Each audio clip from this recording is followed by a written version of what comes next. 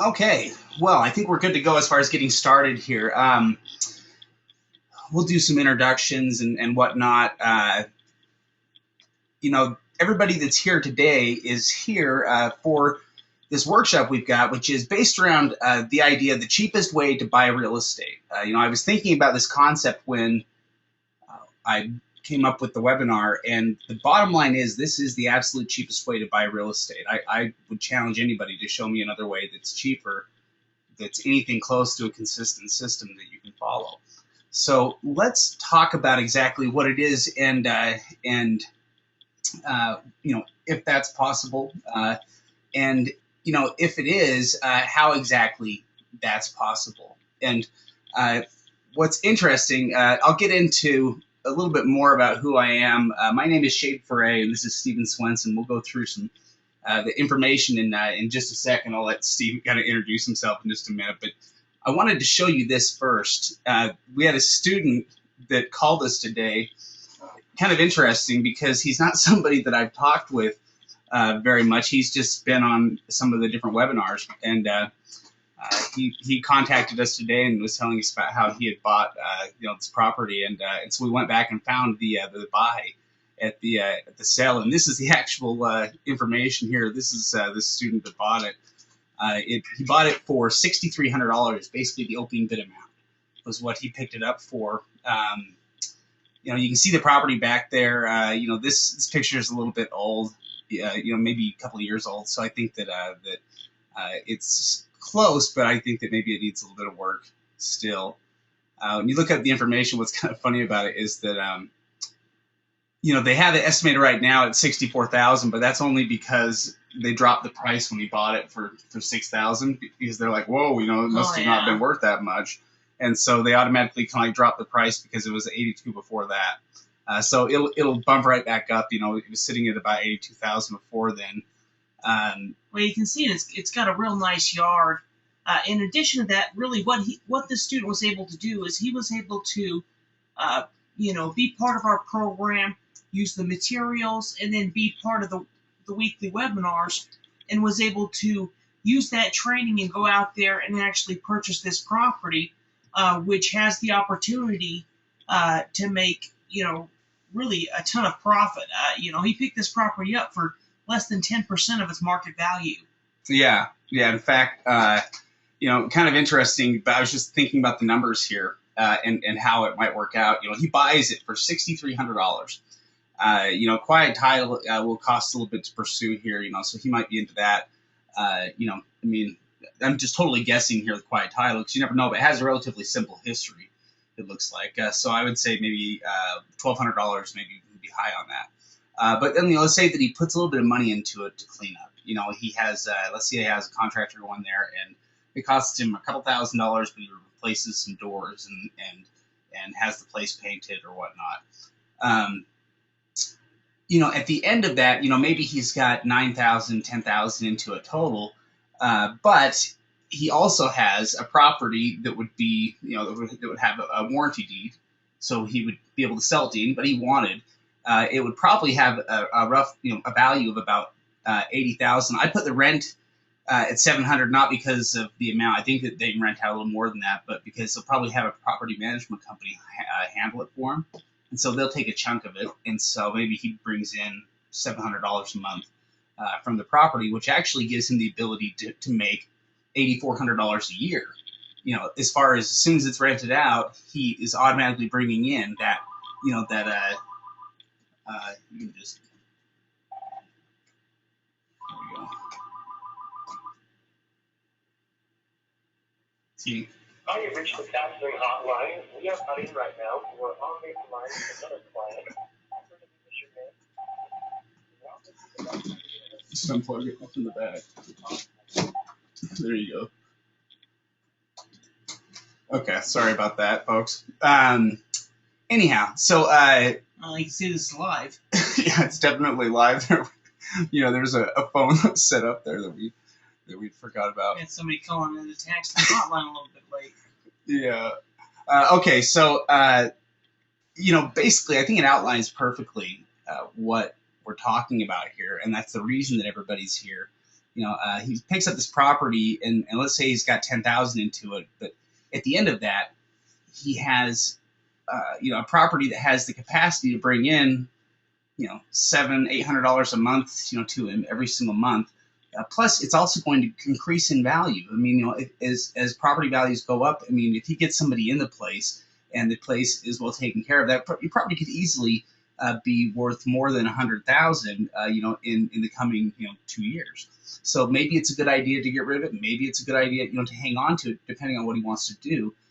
You can imagine though that with an investment amount that's that may end up being less than $10,000, he could have this deal set up and this property rented out and really come away like a bandit on it. Oh yeah, and there's several different things he could do.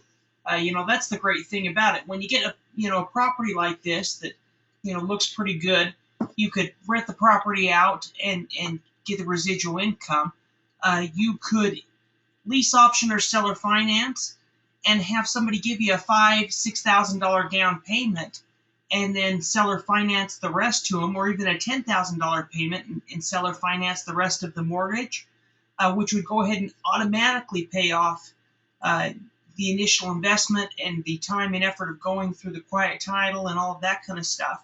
And then he would be getting the residual income off of really acting like a bank. Or he could turn around and flip the property, make $50,000-60,000, and have, really $60,000, an extra $60,000 a year. I'm sure is going to help everyone on the phone this evening. Yeah, really. The options are just wide open, with that property. I mean, he could, he'll have the opportunity to kind of decide what he's going to do. If he wants to try to turn around and flip it. It might take a little while for the whole ordeal, to be done from beginning to end. But even if it takes 6 months,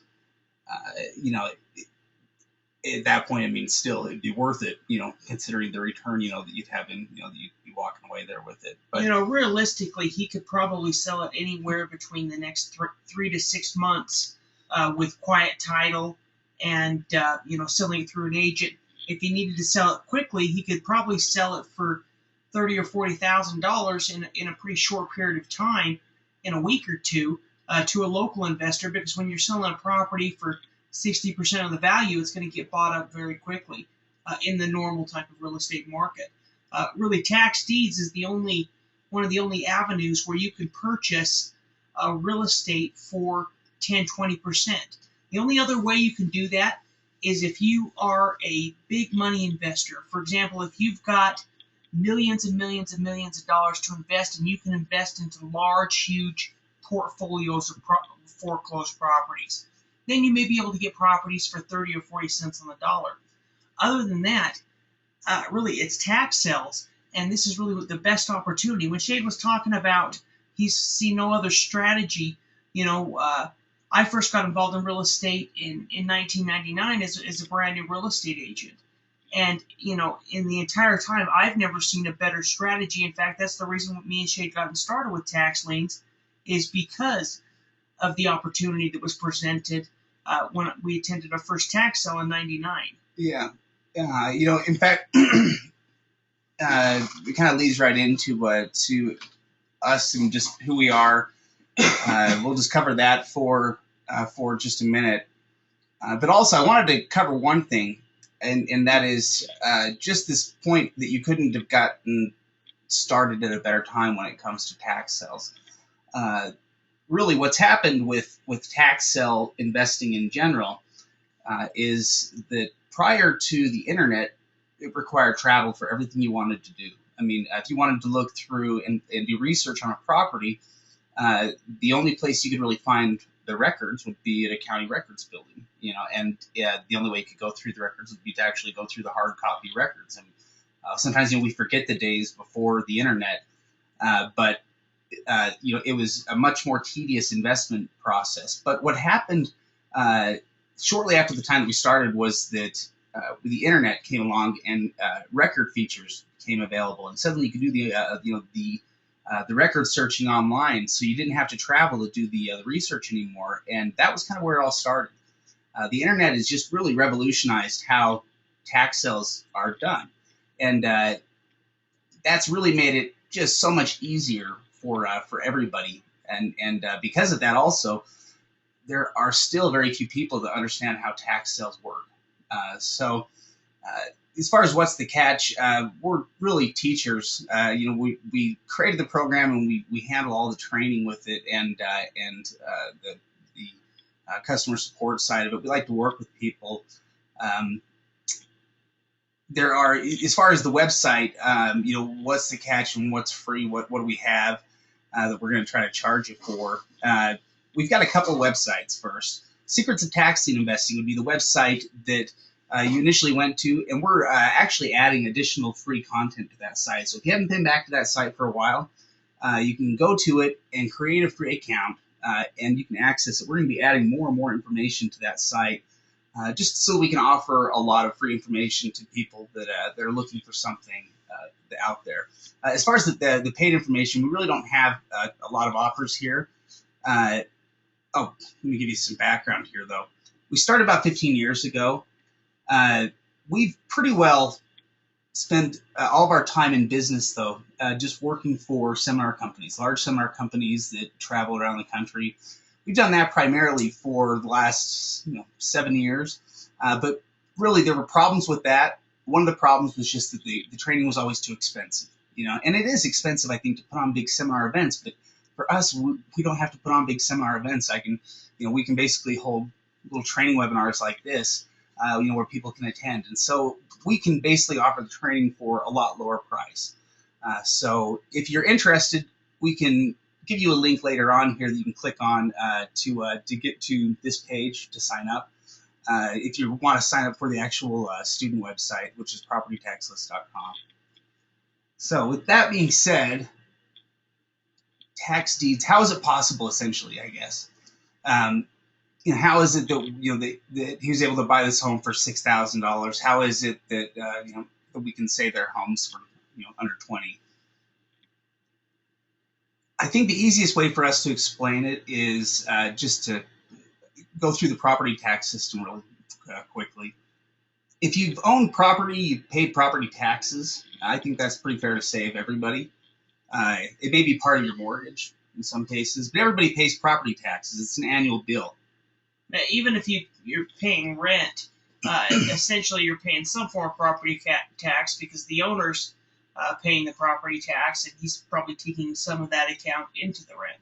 Yeah, everybody pays a property tax in one way or another, and it goes to pay for services that the county provides. Now, state laws are an important part of tax sales in general. They're kind of a central theme. And the reason for that is because state laws determine some very specific things.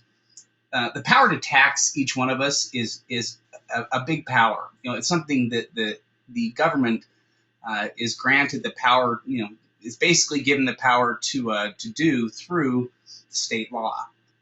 So there are some state laws, there are some federal laws that give the federal government the ability to tax, but state laws give local governments the power to property taxes. So, in fact, really property taxes are one of the oldest form of taxes in existence. In fact, property tax systems have been in force really since the very start of this country into the the gradual expansion throughout America. Well, it's very simple. When you think about the need for property taxes, whenever there's a need for revenue to cover services that are being provided, the best way for local governments to collect that money is through a property tax.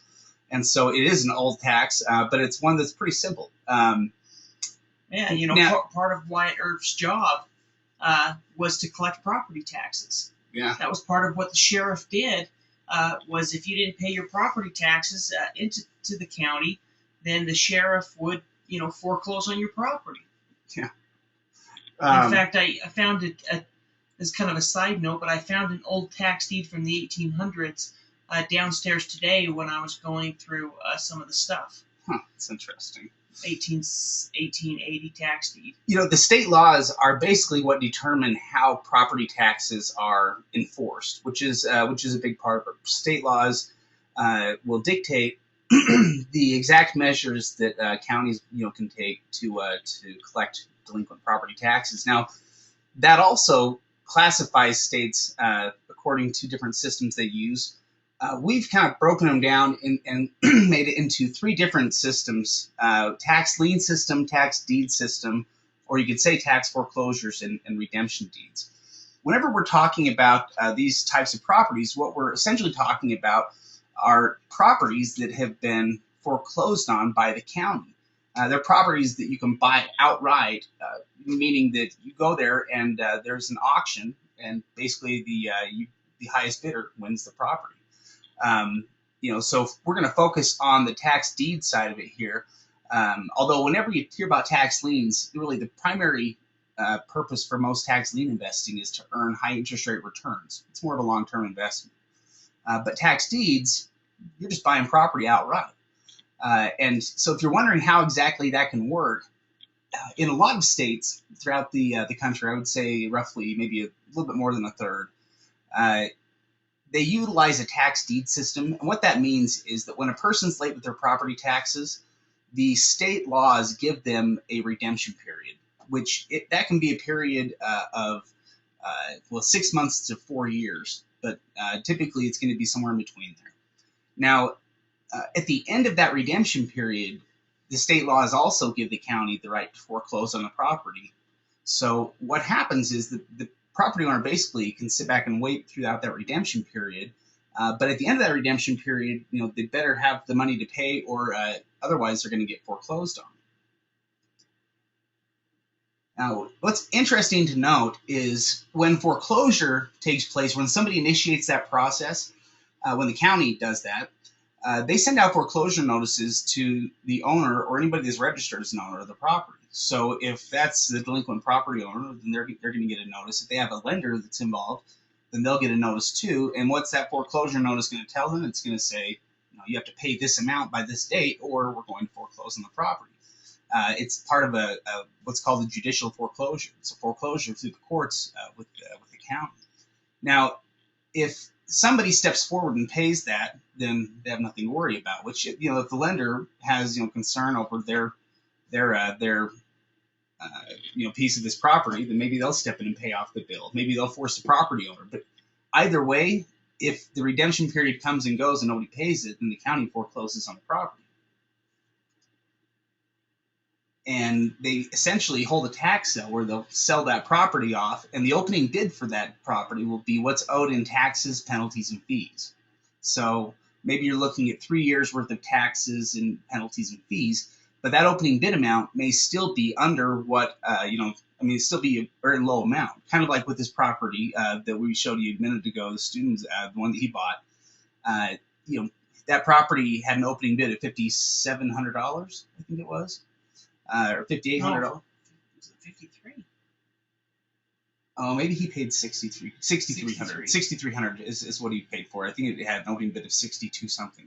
And he basically paid the opening bid amount. But the reason why you can have such a low amount is because you're looking at a couple of years worth of delinquent taxes and fees, and that's it. The reason why we're looking at, and the reason why I say that tax deeds and tax sales like this are the absolute cheapest way to buy real estate is because the county doesn't have a personal interest in the property. Basically, for the county, as long as they collect what's owed to them in terms of the taxes and penalties that are owed, which they collect the instant they get the opening bid amount.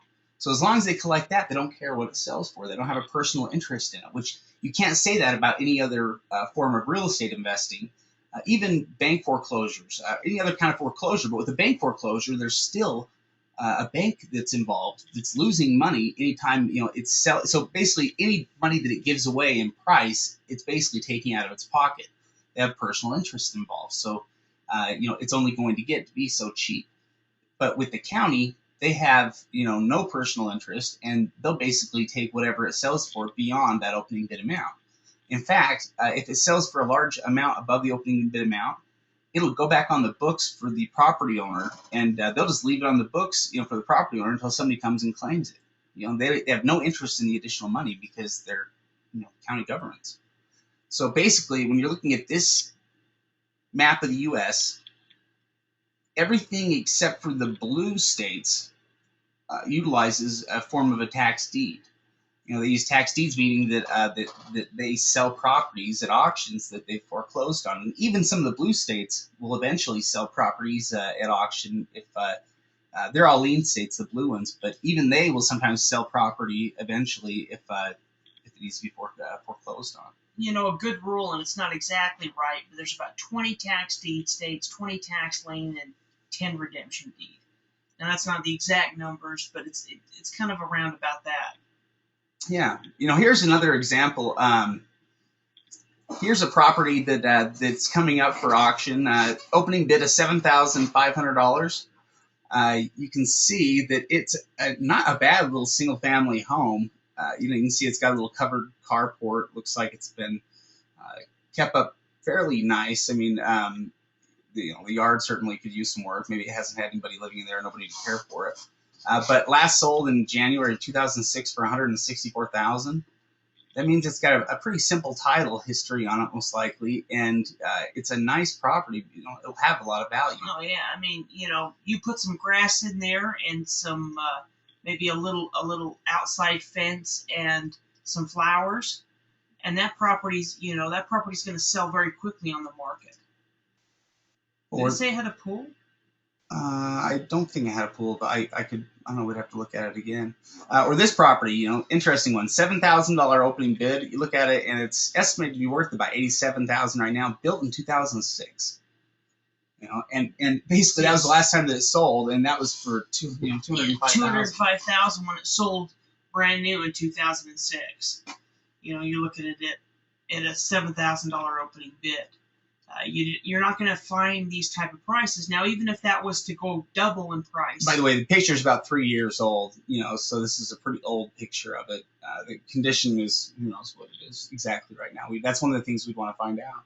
It's probably still, it's being in 2006, it's only so many years old, but even if it sold for $14,000, if it doubled in price, you're picking up a home that was built in 2006, 3-bedroom, 2-bath, for $15,000. Well, yeah, and I think even if it sold for $20,000, imagine renting out this property. The rent estimate on it is $900 there for the area, and I can believe that property will rent out for at least $900, maybe even more.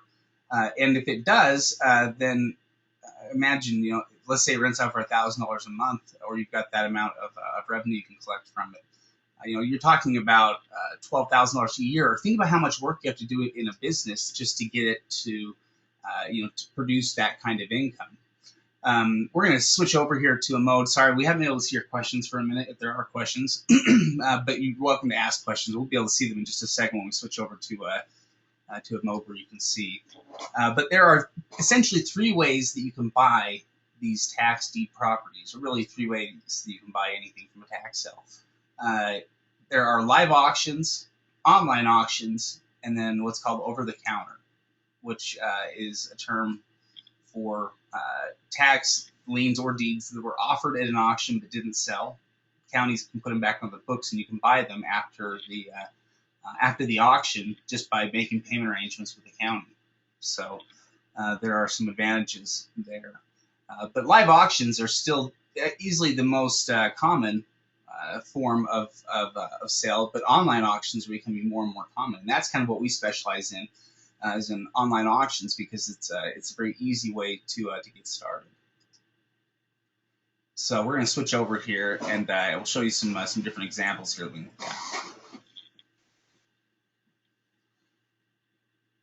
Okay, let's see here. And by the way, you are welcome to ask questions at any point when you want.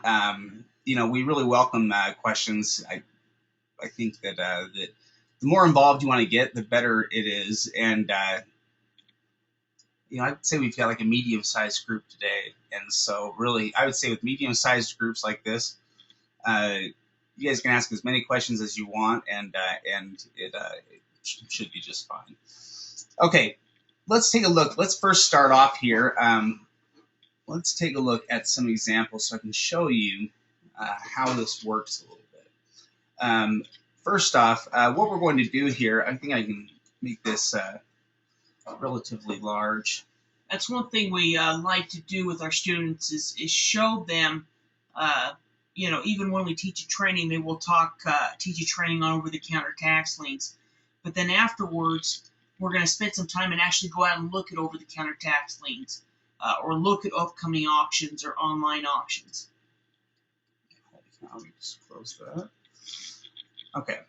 So what I did is I went to our student website here to a property tax list, and if we wanted, we can start off somewhere like the auction calendar, and these are just different counties essentially that are having sales right now.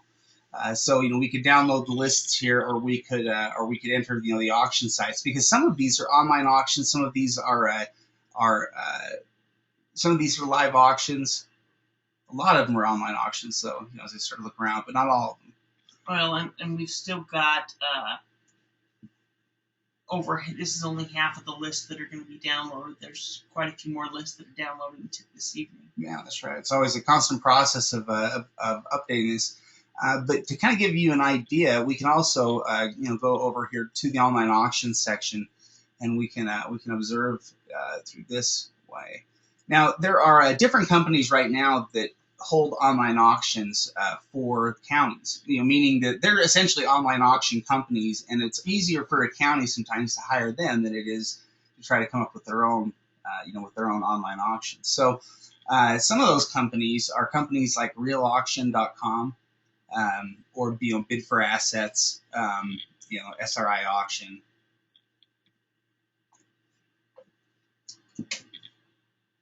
So for example, we can show you here. This is one of the companies that offers different online auctions. And what they have, you can see there's a list of different counties here. And they have some of these lists that are just foreclosure sales, which would be like bank foreclosures. But we're not interested in the bank foreclosures. We're interested in the tax deed sales. And the reason for that is because, anytime we're dealing with a bank foreclosure, there's always that bank interest in it, and you're not going to get as good of a deal. So that's a good point, because some of these counties, most of the counties will have their own foreclosure website and their own tax deed website, but a few of the counties have one website for both. And it's funny when you're going through and looking at tax deeds versus the foreclosures, the opening bid price difference. As you go through and look at the foreclosures, you'll find many foreclosures with an opening bid higher than the assessed value. And then you look at the tax deed auction, and the properties are starting out between 5 to 20% of their market value. By the way, I just I went down there, to the. There we go. Went over to the chat section, and I entered in a link that you guys can use there. The link we talked about earlier. If you want to, if you're interested in the trading side of it, well, I can also give you a phone number. That's the other thing I forgot to do, is give you the phone number. But we can also give you the phone number later on if somebody wants to call in with more questions about it. Okay. Sorry, you know what I did was I skipped over here. Okay. Now, what I did was I clicked on one of the counties that's holding a tax deed auction. This is for Lee County.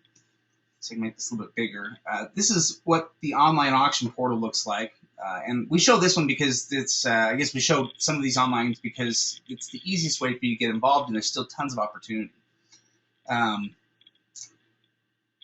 Now, as we're looking here, they have, we can see these are all different sales that are scheduled to take place over the course of the month of June for this county. And they've got a lot of properties, that are available.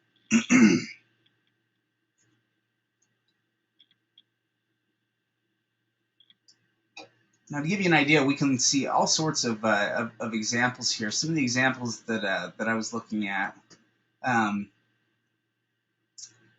What we're looking at here with a list like this is we can see each one of these is a separate property, and you can see the opening bid amount, the property address, and then the assessed value on the property, which, that's a good list.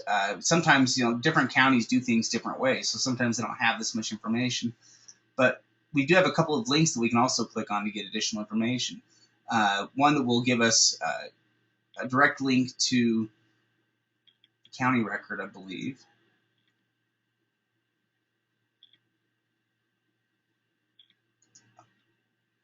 Oh, there we go.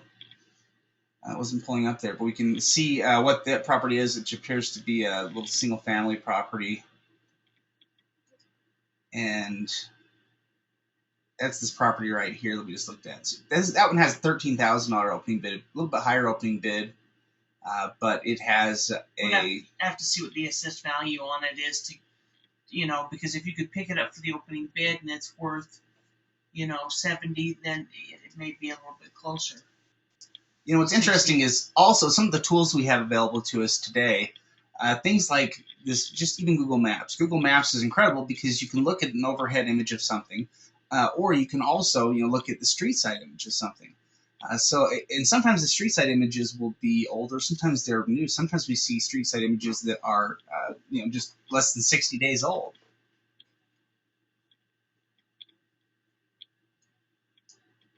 And yeah, these are February of 2014, so these are only a few months old. We can see what this property looks like.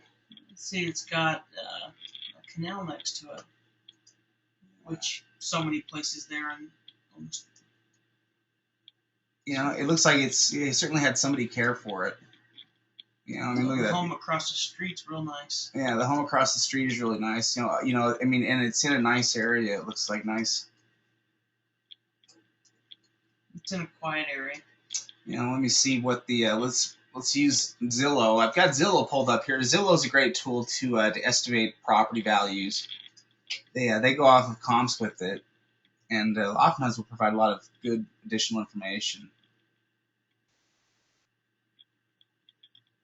And the property, according to let's see.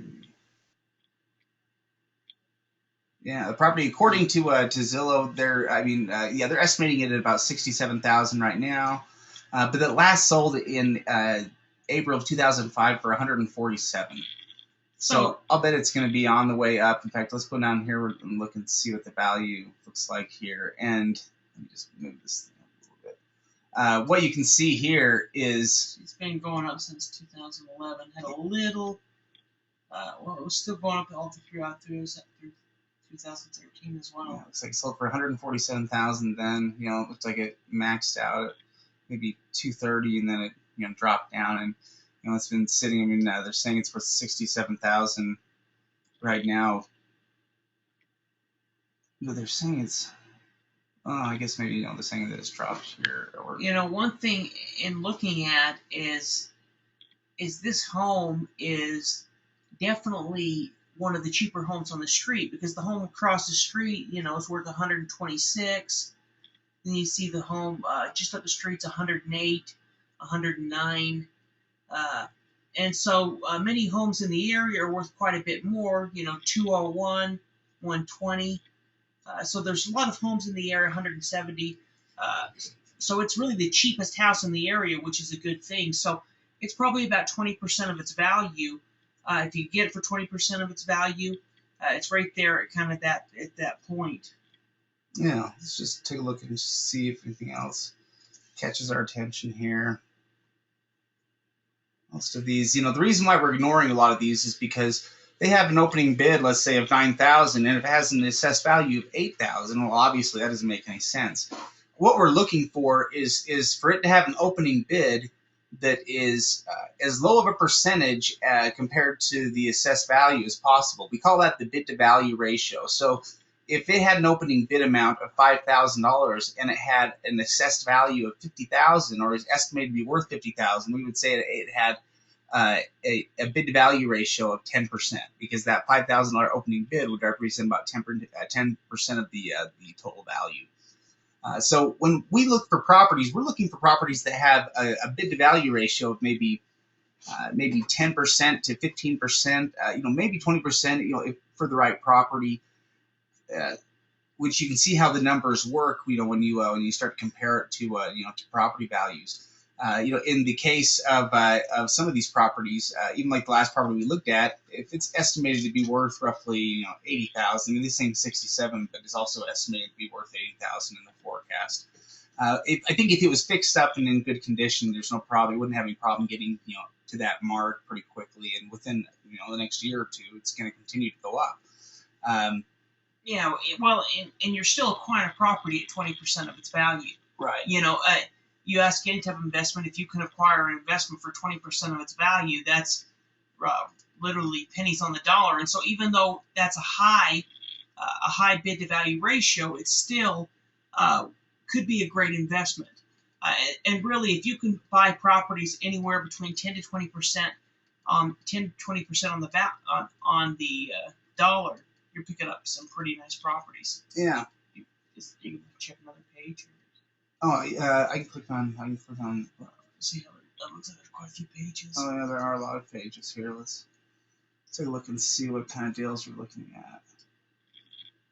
So far, these are. And that's one thing that you'll learn is we're quickly going through this list, and we can look at that opening bid amount, that assessed value, and we're just looking for properties that stand out, that have a high assessed value with a reasonable opening bid amount.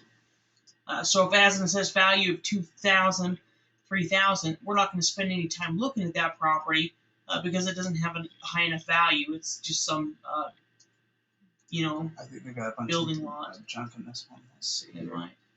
Let's go back and take a look, because there are some other ones we can look at. We can see here let's see what's left here. This one is in just a couple of days. See a $2,600 opening bid with $27,000. Yeah, and this is actually a condo. It's a condominium. So you can see here's an image of it right here.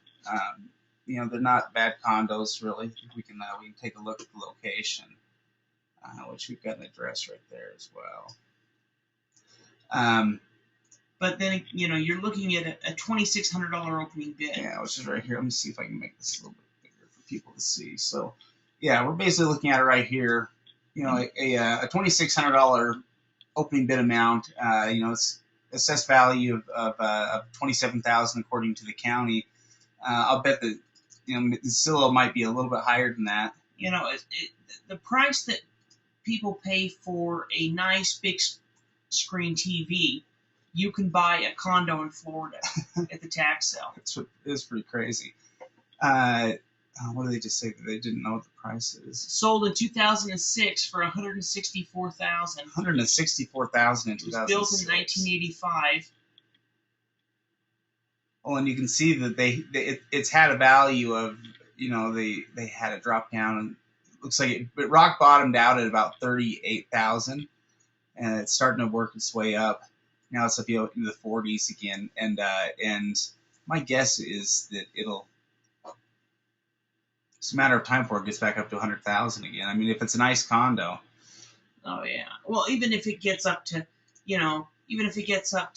50,000 or 60,000 within the next 5 years,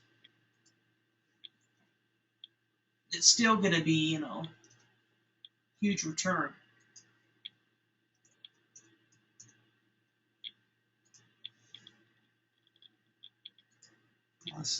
We're going to use this program just to take a look at this. Oh yeah, okay. So you can see they are some of the places that are located. It's the yellow ones right there.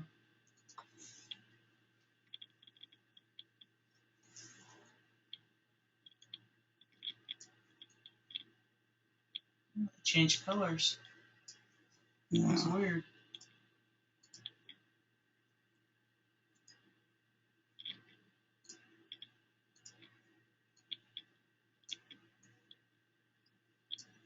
So interesting. So, really, deals like that. Let's just see here. Let's see what else is available. This one right here. These. What is this? This is a weird landlocked. No? Yeah? Looks like there's a road. See? The blue? Yeah. But Still. It's probably not worth something we're going to spend a lot of time on. I mean, I guess like it's got a single-family home, but one thing, that lot looks like it goes through part of the single-family home. Yeah, like they bought, like, almost like they had 2 lots, that they built the home on. So we probably wouldn't spend a lot of time looking at that because it might have red flags. It might just have complications involved that would make it more time-consuming than it's really worth to spend a lot of time on. All right, now here's one right here. It's $8,000. Yeah, it has an $8,235 opening bid, $49,000 assessed. Let's copy here.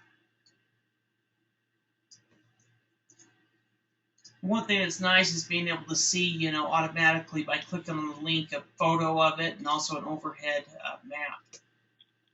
Okay, so we can see there it's a single-family property there. It's really a nice little starter home. It looks like it was built within the last 20 or 30 years. Yeah. Oh, 1970. Oh, that was what was first in the tax. The last time it sold was in 2005 for $169,000. That's also one of the advantages with some of these online auction systems is with a click you can get to the online record, which we have right here. In the online record, I can access all sorts of information about the property. On the appraisal details. Appraisal details down here. Anyways, this tells us just right here in 2005 that it sold for $169,000. It was a qualified sale, meaning I believe it has a tax deed and warranty deed. It was the last time that it had that. Although it's a tax deed now, but it means it's got a relatively simple history. Let's click on the appraisal details. There we go. So we can see, it's 2-bedroom, 2-bath, built in 1972. We can see the blueprint of it. And we go back up. Look at the top of it again. I think I kind of. Oh, there we go. We can see the size of the property. We can also see that they had a chain link fence added. Just basic details. And we could also. It's also always a good idea to see what kind of an image you can get with. Using Google Maps and some of their street side images. So really, it's a pretty nice looking property in the neighborhood. I'll look up and down the street if you don't mind. Let's see what it's got. So it's got neighbors on the left and a fence or something on the right. Yeah. Well, it looks like this is probably some type of a shopping, some type of like a shopping. Like the back parking lot almost of a shopping place. Yeah. It's probably a strip mall, and there's they've got the parking for the regular customers up front. This is the back door, like for deliveries and whatnot. And then you've got that looks like probably a school right over here, maybe those big lights. Yeah. Not a bad little property. We've looked at it. We'll probably check and see what the value is. As far as Zillow to get a better idea of what the market thinks it's worth. Now, if we decided that we were serious about one of these properties, one thing we'd do is we'd go through and do a comparative market analysis on it. And we'd talk about that, teach you how to do that in one of the training manuals, and would figure out exactly what it would sell for. So when we go to the auction, we know pretty much what this property will sell for based on properties that have just sold recently within the area. Yeah, and based on that, you can determine what you want your maximum bid to be, so that you can make sure that you're bidding safely. Right. It was a mall with the back parking. Oh yeah, right there. And it's estimated to be worth $82,000. So we're looking at it right now. We're talking about $8,000 opening bids. So when we're talking about like a bid to value ratio, 10%, that's about the number we're looking at. It's estimated worth about $80,000 right now. And it's opening bid of $8,000 gives us that 10% ratio. Yeah. And that, I don't know if there's any other ways that you can find properties, but there are properties that are selling like this all the time. In fact, it's interesting, but we find properties on a regular basis that have not even got an opening bid amount. Meaning that it might open up for. In fact, there are quite a few examples that I was just looking at yesterday of properties that didn't get an opening bid amount, end up going back to the certificate holder, which happens in some cases, like in Florida. So the certificate holder ended up acquiring this home for like $5,000. And it happens on a fairly regular basis where properties aren't even getting minimum bids. So there are also examples where properties sell for tons of money. You get a wide mix of that, but there are a lot of sales to choose from.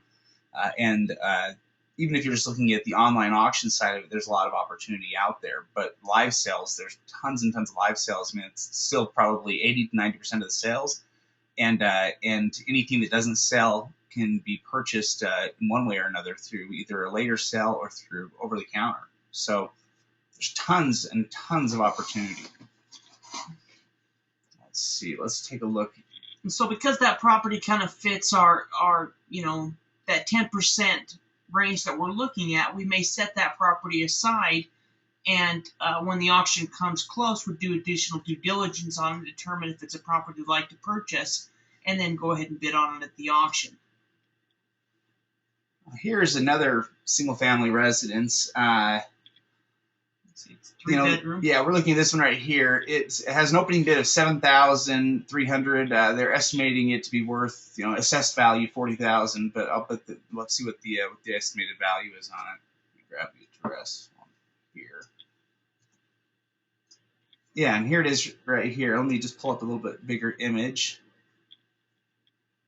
And they don't have a date with this, but you can see a little bit about the property. Let me back up and. Looks like it's a little bit older home, but looks overall pretty clean.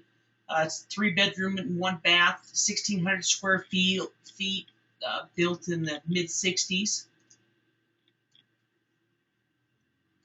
And that looks like 2000. It was sold in 2000 for $77,000. It sold in '83 for $46,000. So look at that.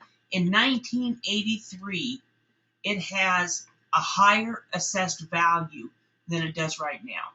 And that tells you something about the real estate market and what happened during that real estate bubble and why we're seeing so many areas in Florida rise up in value. I mean, some of the areas that we were looking at earlier in the week were going up by $5,000 to $10,000 per property in a month. Yeah. All right. I think that's a pretty awesome example. You can look here at the appraisal details. Let's see what they've got for us. Single-family residential, built in '64. Effective build date is '78. That's kind of weird. Finished porch, patio, metal floor. Shed. Oh, a shed that was added. And I think a lot of times, though, we're going to still see some of the best information.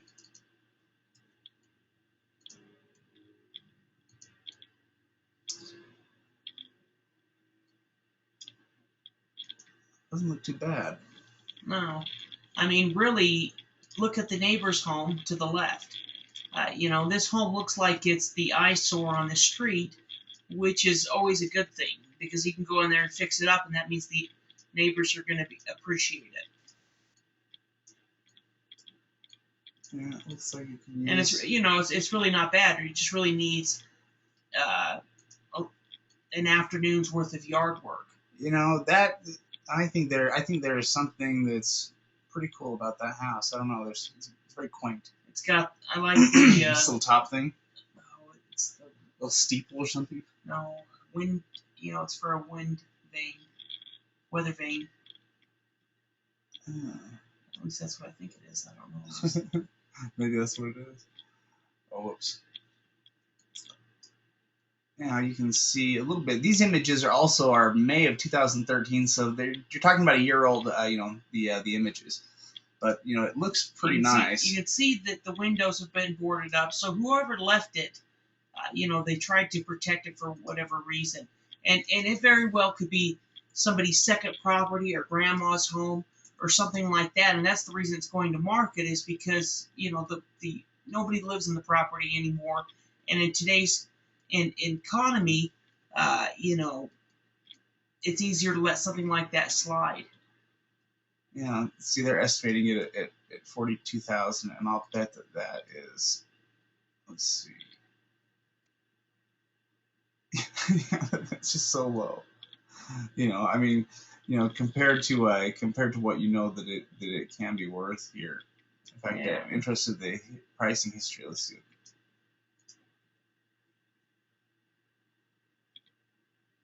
Somebody may have been trying to sell it. 2010. Yeah, in 2010 they were trying to sell it. And they weren't able to, and probably ended up that you're not paying the property taxes on it. Yeah, that is true. Okay, let's see here. Let's take a look and see if there's anything else that grabs our eye.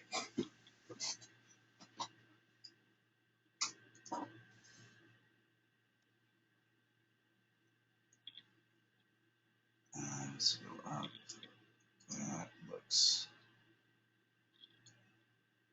This property has a $5,000, $5,500 opening bid amount, $28,000 assessed value is what they say, and it is another single-family home. This picture's from 2008, though I don't know how reliable that picture is, but we can at least see some information about the property. Let's see if we can get a better view of it.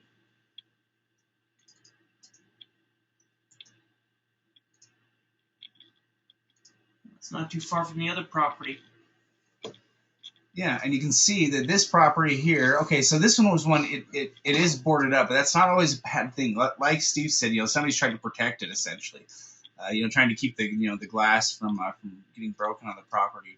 Well, and chances are it probably kept somebody out of the property as well.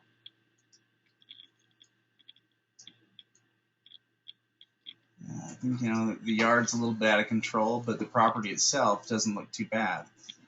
Let's see what kind of a value it's assigned here. No, I mean, when you're looking at a roof like that, stucco, it looks like it's still fairly structured.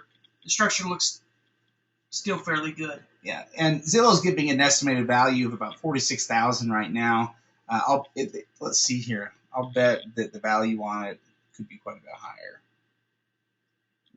Because that sale right there, had this low sell.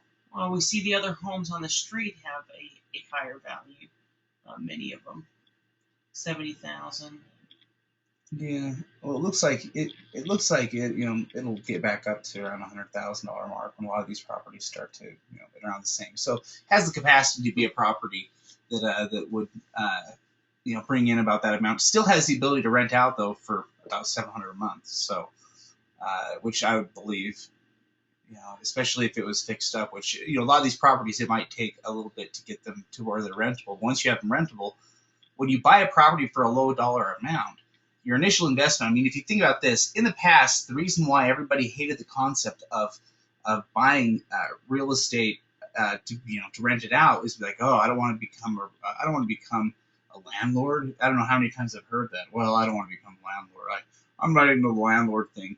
But part of the reason in the past why we thought that it's because our thinking is still based on what we thought back, in pre real estate bubble burst.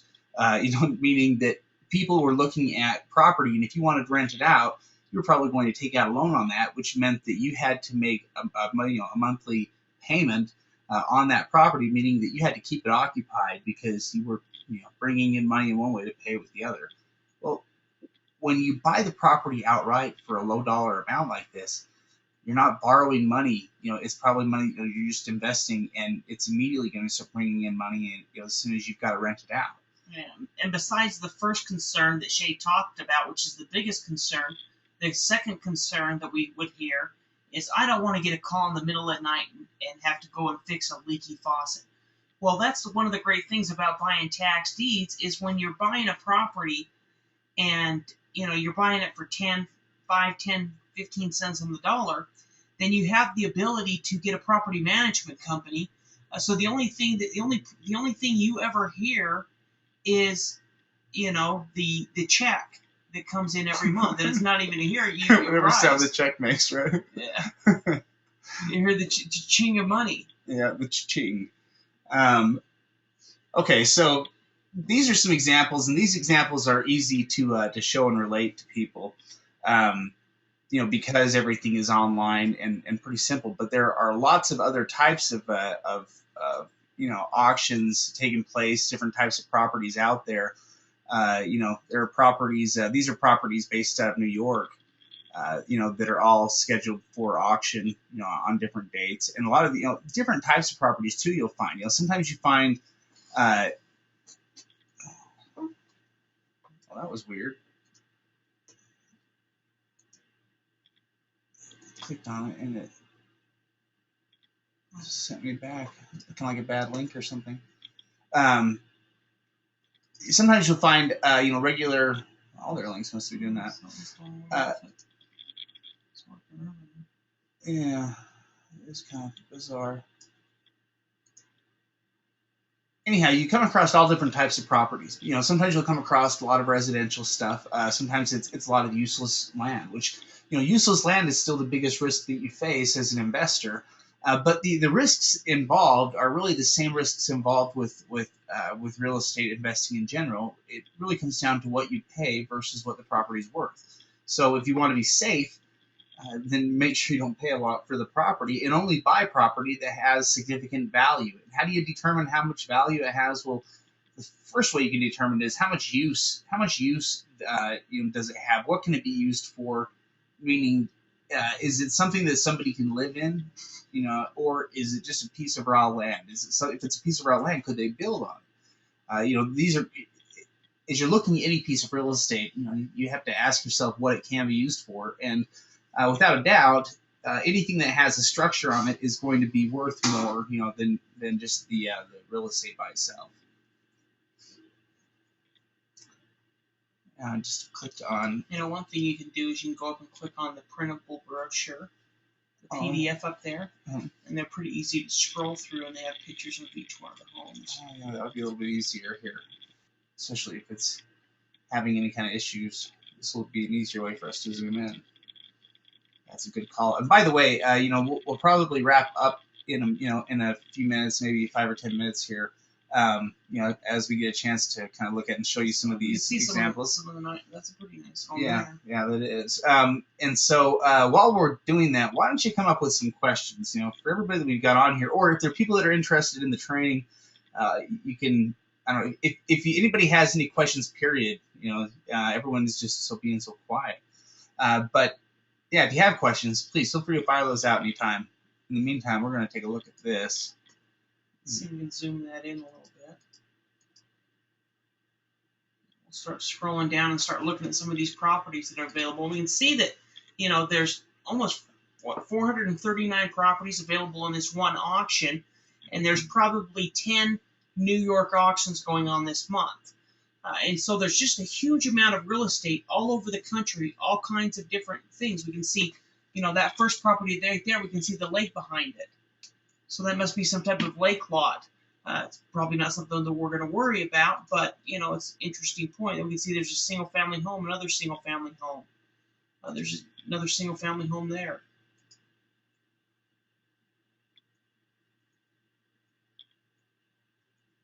Let's see now. Some of these, you get all different types of properties too. That's something else to remember with tax sales is that depends on where the country is as well. In New York, in this area of New York, you're going to have mostly older type homes because of the real estate that's within that area. If you're in a newer part of Florida where the real estate's going to be anywhere, like in Lee County, there's parts of Lee County where most of the real estate's quite a bit newer. See all the different single-family homes that are available.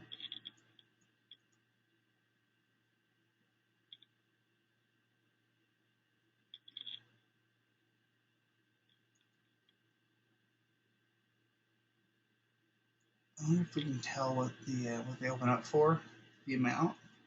I think probably should have the list. Yeah, I guess on this version. Let me just back up here.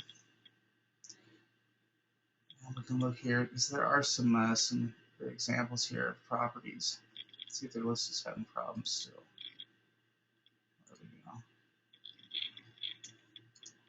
we go. This property here looks more like it's a cabin property. Oh yeah, this is the one that had the tree. Looks like it had a tree fall on it. Yeah.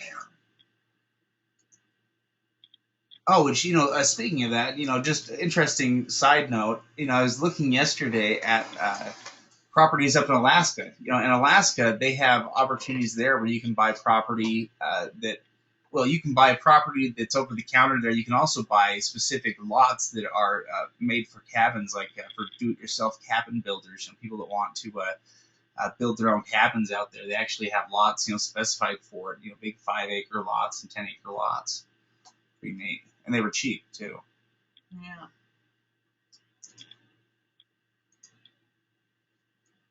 There's really opportunity in all kinds of different areas. We could go look at North Carolina. We could go look at some of the online auctions in California.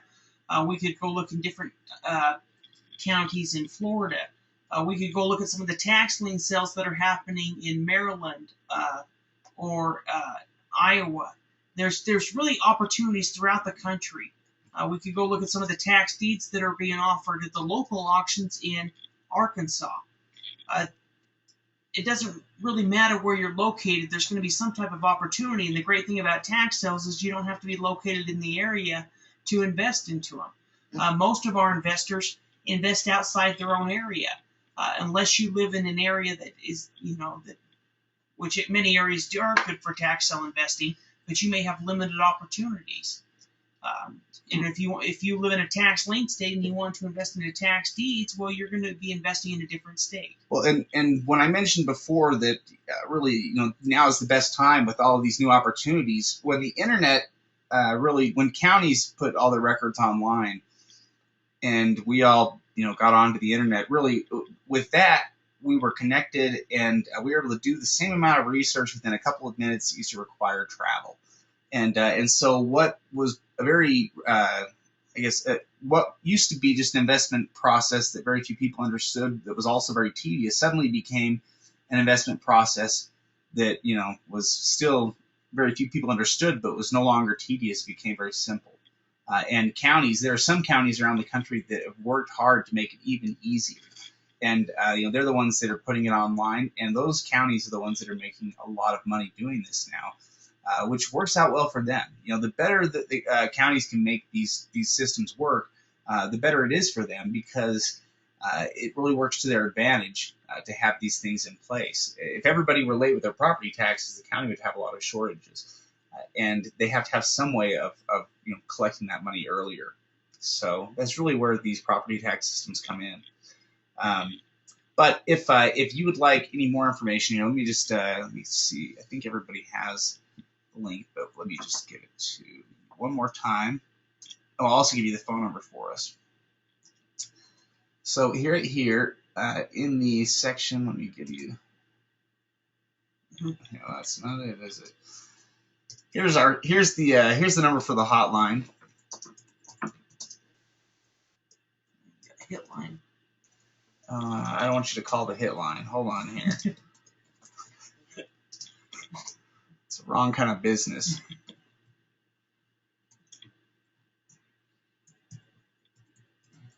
Okay, send to all. There we go. Oh, I should probably. There we go. Okay, I'm also going to send right here. Let me just give everybody the hotline number one more time here on the bottom, because I don't know if everybody's using the chat section or if I don't know if everybody's using the question section where they prefer. But the hotline number is 801-331-8921. And we just changed the number out, and so that's why I don't have it. I didn't remember to put it on here. Send. So yeah, if you have any questions about the training, you can either click on the link there, which will give you a description of the training, or you can call me on the hotline at 801-331-8921 if you'd like to learn more about it. We will also have we'll have make a link for this available, a replay of this training available to you if you're interested in watching it again. So if they're yeah, and you can create a new account on Secrets of Tax Lien Investing. You can see the tab up there at the top, and we're going to be adding new content to Secrets of Tax Lien Investing. You can create a free account here. We're going to be putting training information, some auction list, ebooks, and some download information.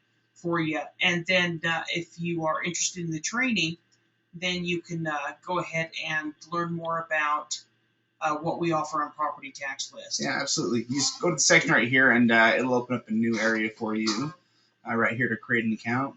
And that's all you essentially have to do is just fill this out, and you will be on for that site. You'll be able to get access to anything that we add there. And if you want to get access to Property Tax List and join the other training, just go ahead and click that button or call us at 801-331-8921. So I think with that, I think we'll let everybody go this evening until the next time we hold a webinar, or hopefully we'll hear from you sooner than that. We'll see everybody then.